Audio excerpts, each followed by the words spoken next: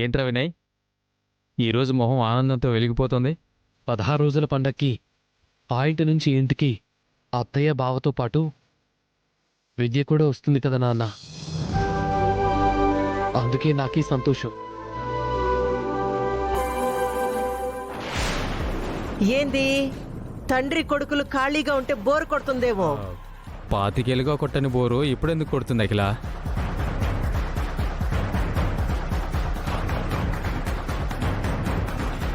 నాన్న వినయ్, ఏంటమ్మా? ఇగో నువ్వు అర్జెంటుగా బయటికెళ్ళాలి, బయలుదేరు. ఆ, బయటకెక్కడికమ్మా? ఎందుకు? ఇవాళ కొందరు ఇంపార్టెంట్ వ్యక్తులతో మీటింగ్ ఉండదు నాన్న. ఆ మీటింగ్ కి నా బదులు నువ్వు అటెండ్ అవ్వాలా.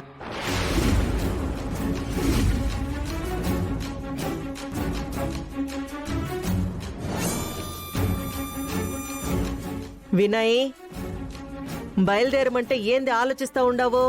నేను విషయం అడుగుతాను, నిజం చెప్తావు కదమ్మా? ఏందా విషయం? ఇక్కడికి విద్య వస్తుందని తెలిసే నన్ను బయటకు పంపుతున్నావు కదూ?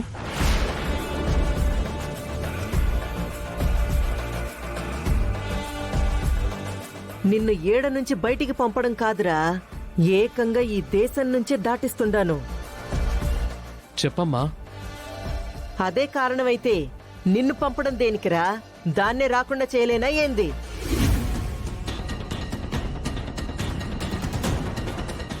అఖిల, వీడికి ఇష్టం లేని పనులు చేయిస్తూ బాధ పెట్టి సాధించేదేముంది చెప్పు?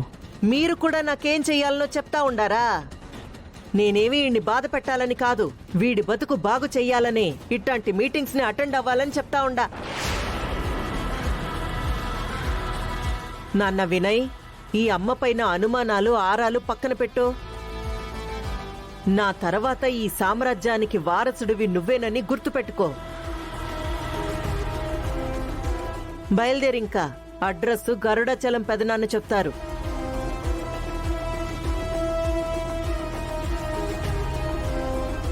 వెళ్ళరా.